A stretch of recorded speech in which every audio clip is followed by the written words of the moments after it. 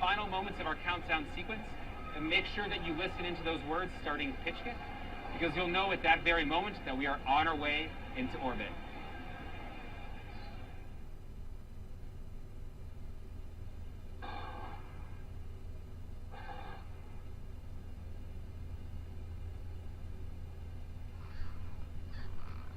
Strong back fully retracted and locked out. Stage 2 locked, secured for flight. T-minus 2 minutes. Falcon 9 is on internal power.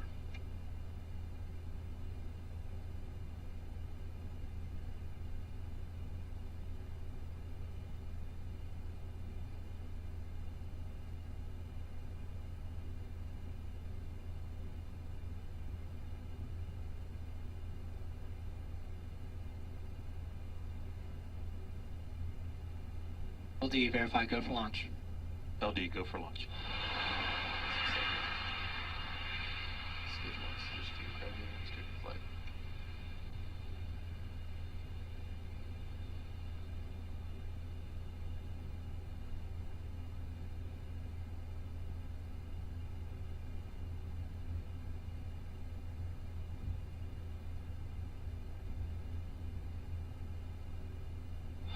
EC, verify, Falcon 9 isn't startup. Falcon 9's in startup.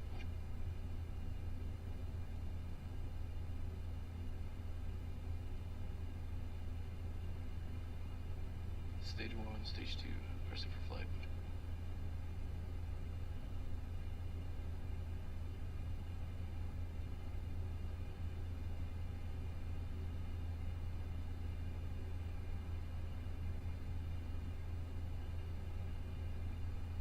T-minus 30 seconds.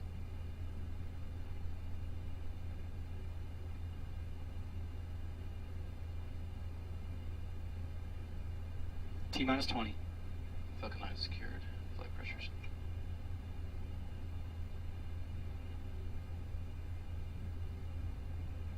T-minus 10, 9, 8, 7, 6, 5, 4, 3, 2, 1.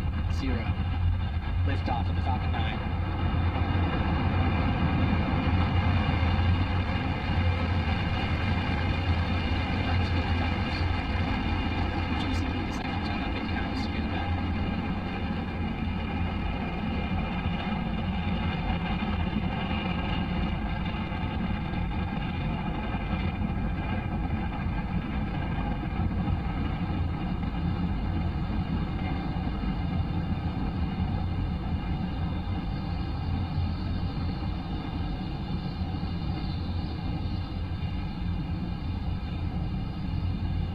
Falcon 9 power, telemetry is nominal.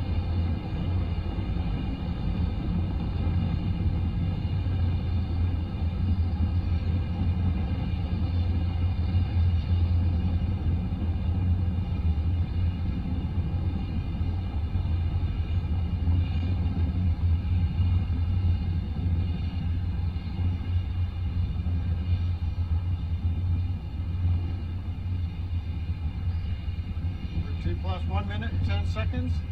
We've launched from Space Launch Complex 40 at Cape Canaveral. We're waiting to hear the call out. We're going supersonic right now and passing through maximum dynamic pressure.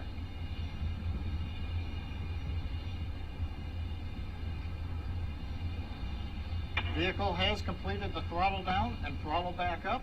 Stage 1 propulsion is nominal. And you heard the words and the chewing in the background. Propulsion is nominal, a phrase we love to hear at SpaceX.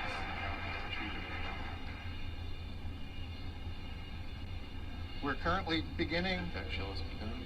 There's the call out for the chill in of the MVAC engine, just like we did before launch for the first stage engines.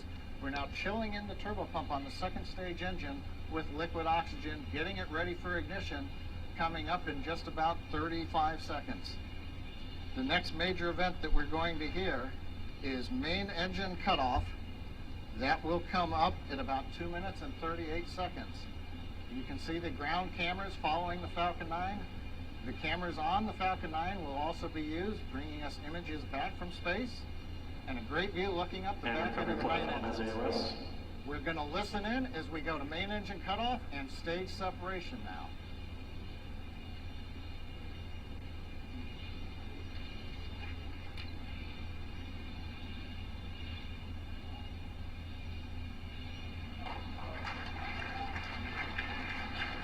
There you can see Yes, it. sir.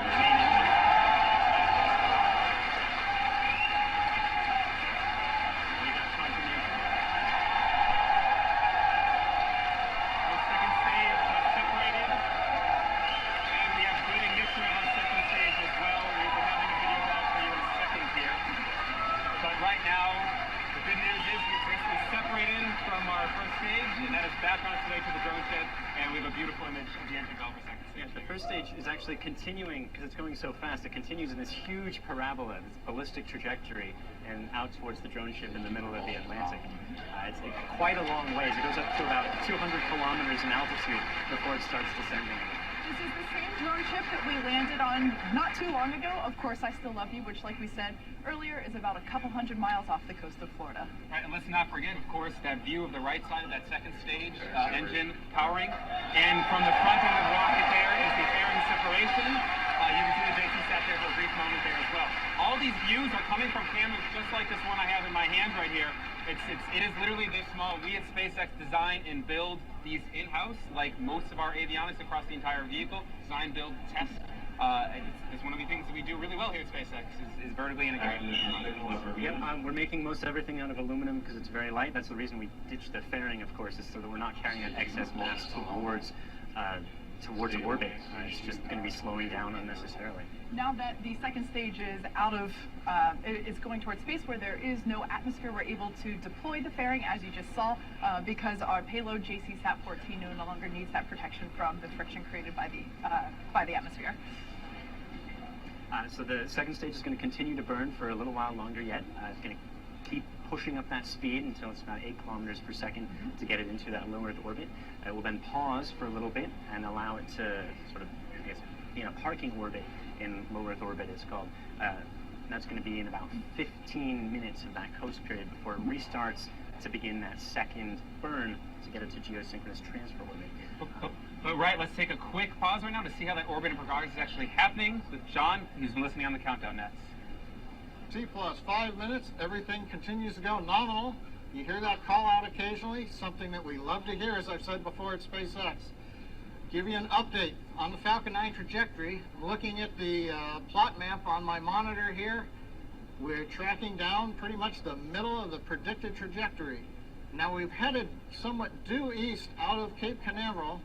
For our initial parking orbit, we don't really change the inclination of the orbit, so we'll shoot eastward. There will be a second burn a little bit later on that we plan to bring you in the webcast. That'll be the burn that takes us to the geosynchronous transfer orbit. The first burn is into the parking orbit. You heard the call there, stage superpulsion is nominal. We're looking at the MVAC-D engine. You can see it on the screen. We're monitoring the nozzle. You can see the red glow with the niobium alloy of the nozzle extension on the MVAC-D engine. That's the normal color. That's what we expect. Power telemetry remain nominal. Things continue to remain nominal still on both stages. We are also looking at chamber pressures on the engine. They're looking good and solid. We're watching how the turbo pump's working. We're looking at the avionics system, how power on the stage is. Everything right now on the Falcon 9 continues to look good as we power our way into that initial parking orbit.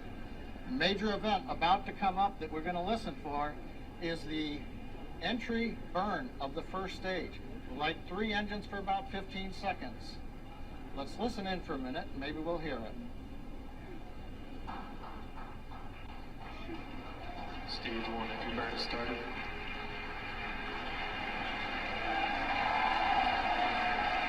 There's the start of the burn. This will last for several more seconds. We'll shut it down, and then we'll wait for the landing burn and the second stage headed into orbit. We have shutdown of the landing burn. Let's turn it back down to the floor and see how things are going there. Just in case if you've just joined us, we've had a great first ascent of the first stage, as well as a stage separation of first stage and second stage. Second stage, as you can see there on your screen, we had a great MVAC ignition, and second stage is now carrying JCSat-14 out to geosynchronous transfer orbit. We're now waiting on, like John said, the first stage to come back and make an attempt on to landing on Of Course I Still Love You. And we just completed that landing burn, and we're going to be waiting to the re-entry burn. Thank you. And we're waiting for the landing burn, which I'm sure you'll hear the crowd around us start cheering whenever we have visual confirmation of that. What makes this mission so difficult in particular, the geosynchronous transfer orbit missions, is that the re-entry, even after that re-entry burn, we're still moving twice as fast as we would for a typical low Earth orbit mission. We're entering the atmosphere at about 2 kilometers per second for this mission, instead of a more typical 1 kilometer per second for a low Earth orbit. Right, and that landing burn is going to come up in about another 20 seconds or so, and keep in mind that because we're going twice as fast, the velocity is the square, energy is the square of velocity, so 4 times as much energy is being imparted on that stage, and 8 times as much heating, which is why we said before this is going to be a very difficult mission for us, and we are not expecting a successful attempt this time around. But we are learning, we're always hoping, and you're hearing everyone cheer right now. Coming into the drone ship, we will show you what we can right there, and that's a view of our drone ship in the middle of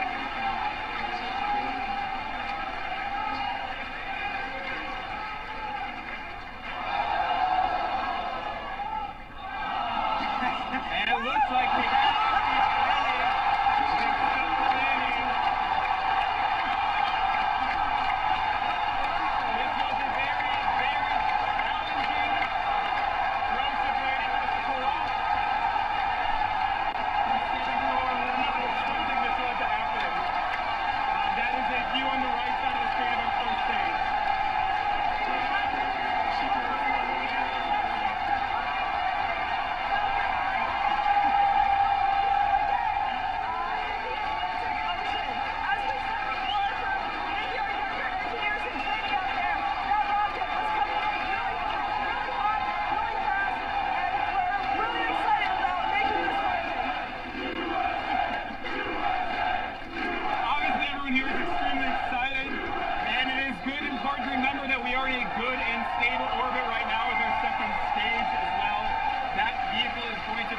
for a bit before we do a second ignition.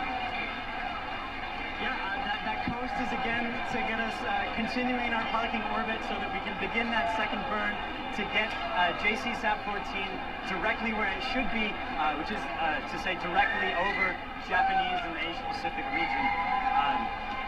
So it can do its communications jams. This boss. And it can do things like provide us amazing drone ship footage, like you see right there. Yeah. Webcast. JCSat-14 is a communication satellite for, it's a communication satellite that will be focusing over the Asia Pacific region.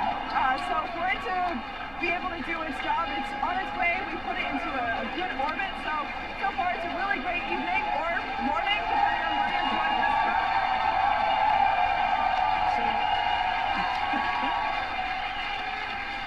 Honestly, everyone here is still extremely excited about visiting that base in the rocket, and we are as well. It looks in great condition. It's important to remember that we don't know the full state until we get our eyes on that vehicle. To be sure. So we're going to let you go while we're waiting for that coast period to end. Join us for the second part of the mission. We still do have to get that satellite to its geosynchronous transfer orbit, and that's going to involve a second burn and then the payload deploy itself. So we have a cool animation to show you what's going on. Be sure to stick with us because we will be coming back to update you as the rest of the mission progresses. Thanks for joining us.